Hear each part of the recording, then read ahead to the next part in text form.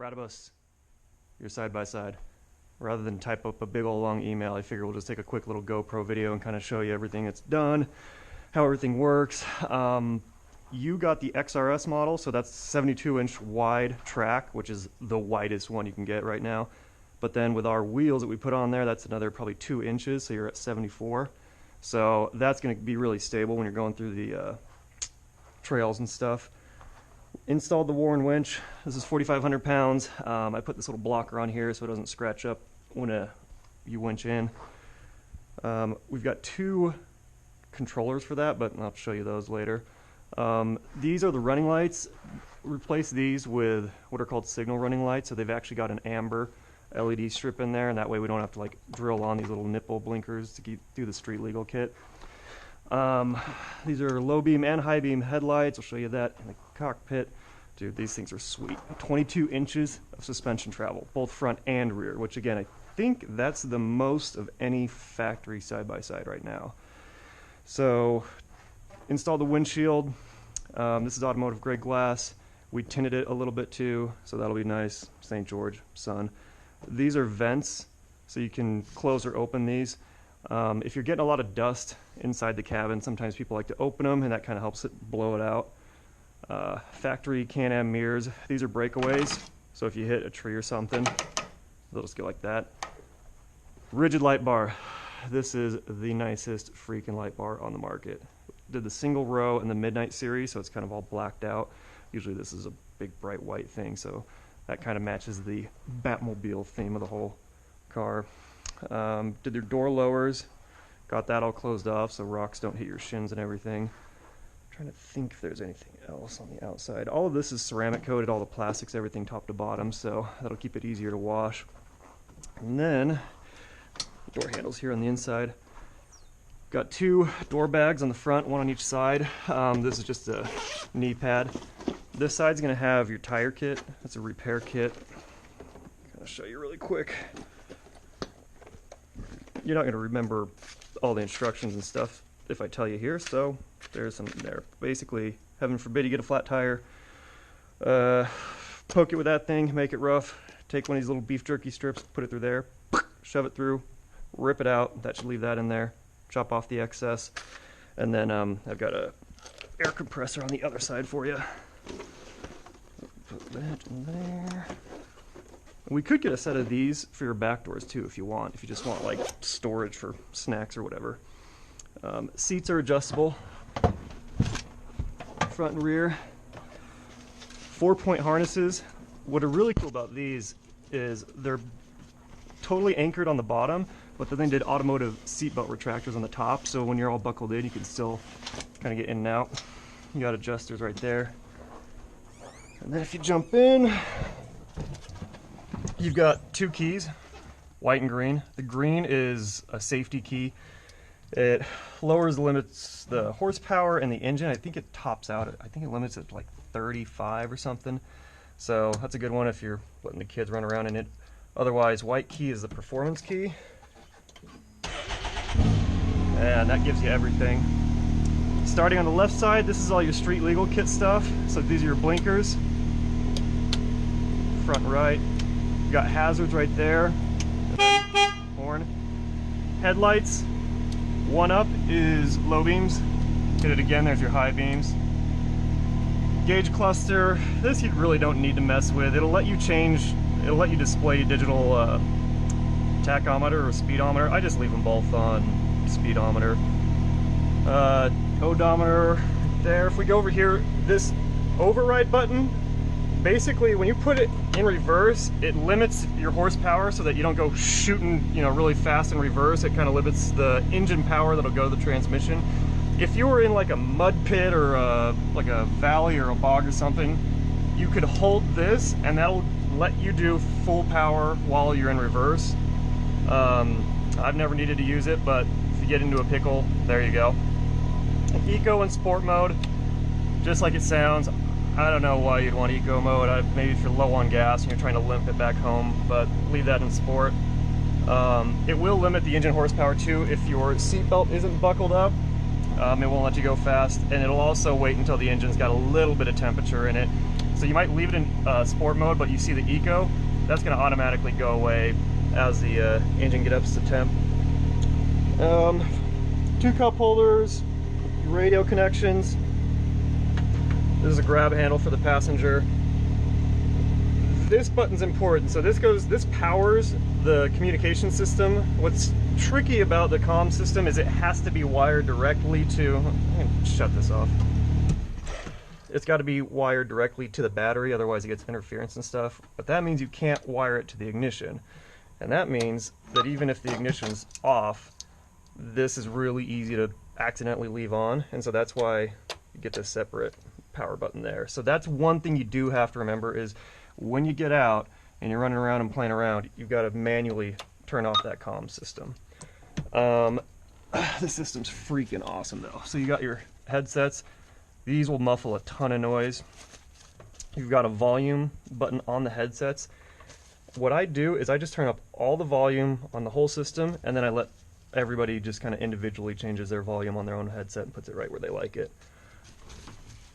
All these are hanging. You got these are rugged radio hangers, really like nice billet aluminum. These things are sweet. Your radio system, this is your car to car. Really all you need to remember about this one is this changes the channel. So if you get with a bunch of people, you all agree on a channel, change it with that. And this is volume. Again, I just leave it all the way up.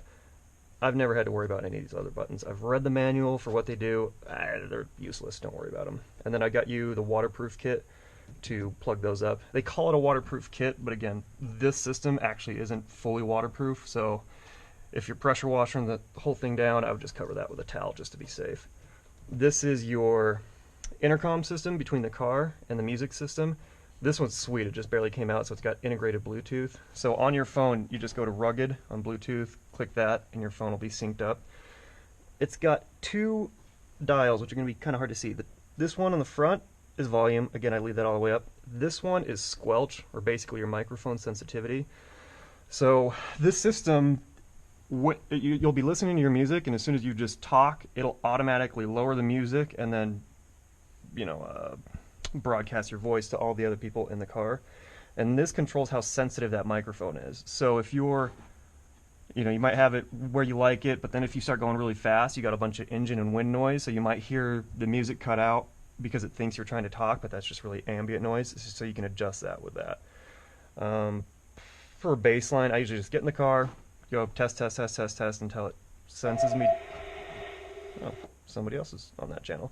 I'll go test, test, test until it picks me up, and then I leave it there. And then if I'm going fast or getting wind noise, you can adjust it a little bit from there, but that's the easiest way to do that. Play and pause for your music. Track forward and back if you hold it. If you tap it, that just has a volume up.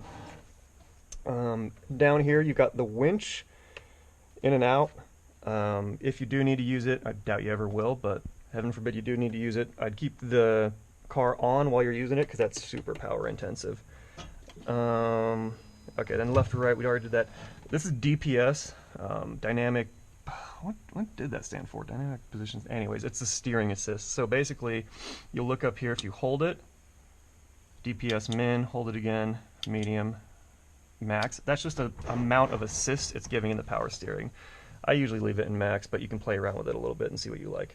This is 2-wheel drive. In the middle is 4-wheel drive, and then again, front diff is locked. These UTVs, I love that you can do this while you're driving, so you don't have to stop or neutral or anything. If you're just kind of cruising, you see a big hill or you're getting into sand, boom, you're good to go. So if we put it 2-wheel drive and then 4-wheel drive, so that turns on that light for trail mode. That's just showing it's sending power to all 4 wheels. Trail Active is something that Can-Am came out with like a couple years ago, and basically it's like a variable front diff lock on the front. So if you hit Trail Active, it's going to use the computer and the traction stability system to kind of send power left and right across that front diff lock as it senses as you need it. So they advertise it as like getting more traction to the ground as you're kind of bombing through trails and whatnot. I don't have a ton of experience with it, so play around with it, see if you like it or not. Otherwise, I just rock it in 2-wheel. I mean, these things are so crazy capable. You can leave it in 2-wheel drive and you're going to go basically anywhere. 4-wheel drive's nice if you get into a really steep hill. Gives you a little bit more confidence, or sand if you go out to Sand Hollow. Or here you got your windshield wiper. Sit in park right now. 1 for low, 2 for high. That thing, as silly as it seems to have on a UTV, is super sweet, and I'm really jealous of that because sand, water, splashes, I mean, yeah, windshields get really messy really fast, so that's super sweet to have. Light bar. This thing sucks up a ton of power, so again, I would, if you're gonna, oh, actually, you don't have to worry about that. I wired this to your ignition, so it won't run unless the engine's running, just because it does suck a ton of power. I think that's what one of these buttons did, was actually your, yeah, never mind, I won't worry about it now. Oh yeah, there we go. So that's your volts. You're at 12.7 right now, 14.5 with it off. So, I mean, that's still okay, but, you know, just kind of want to be cognizant of the fact that that's sucking a ton of power. This thing is so sweet, though. I don't know how it's going to pick up on camera, but it is insanely bright. So, that'll be cool. Running through the trails at night. This is a little treat I got for you. Really inexpensive Android device. It's loaded with one program, which is called onX Off-Road. And basically, this is Washington County, and you can play around and zoom in, and this shows all the trails all around Washington County. So like that white one's a trail, but it's a little skinnier, so it's in white. The green ones are ATV and UTV trails and like Jeep trails. All over. It has a bunch of features where it'll like do breadcrumb mode, kind of showing you where you've been so you can get back. And then another thing that I did was I went through and I actually downloaded basically all of Washington County onto this device. So even if you get out of cell range, you'll still have access to this. You can still pull it up and figure out how to get home or whatever. So that's pretty invaluable to have. This is also a little storage, and you've got a charger back there for phones and stuff. I'll leave that on. I'm trying to think what else there was. Well, go around the outside a little bit. Back seats, again, these slide forward and back. All your helmets are in here. I wired the radio system for the helmets to each side, so that way you won't have cords dangling across you. So like yours is wired on your right ear, so it plugs right in. Megan's is on the left ear for her helmet, so it'll plug right in, and that'll be nice and easy. Trying to think, cup holders for the kiddos. Ugh, 4-link rear suspension. I mean, this thing is, I'm jealous. This thing is such a freaking sweet system. Fox Podium 3 shocks. Again, 22 inches of travel. Look at the size of these things. And that's your reservoir. I mean, the thing is, oh, I'm so jealous. 900cc, 3-cylinder engine, 175 horsepower, but we gave you the Evo tune, so you're right around 195, maybe close to 200 right now. They do make all kinds of fun upgrades, intercoolers and turbos and injectors and exhausts and stuff. If, you know, after a year or so you're bored and you want to go faster, you can go down that road. Got your cooler, factory Can-Am cooler. These are all installed hard mounted, so you can flip this and take it out if you ever needed to. Drain. And then back here I've got, these are all your goggles, dust masks. You probably won't need these unless you're like with a group and you're following people. Then you get a bunch of dust, and these are going to be invaluable.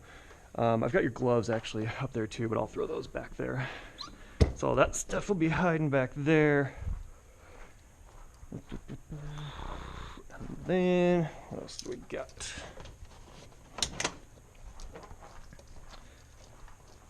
This one's got your compressor. So this is a Vlare air compressor. It's basically the most serious air compressor that you can still get off a 12 volt. The battery is super hard to get to on these, so I wanted to get you one that you can just plug into your accessory outlet. You don't have to hook it directly up to the battery.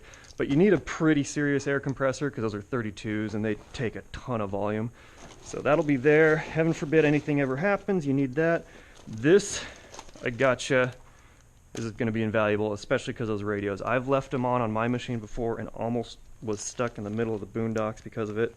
So this is going to be basically, well, without undoing my sailor's knot, it's just a battery jump box. It's a pretty stout one. This one will jump like a, I think they said a V8 engine, but you know, again, this thing might be sitting in here for a while. I preloaded the charge on it. It's got jumper cables. The battery's behind that seat. It's going to be tricky to get to, but you can get to it if, heaven forbid, you need to. You just seat all the way forward and then get to that. So again, if you do leave the radios on or something, you've got that jump box there that'll get you going again, get you back home.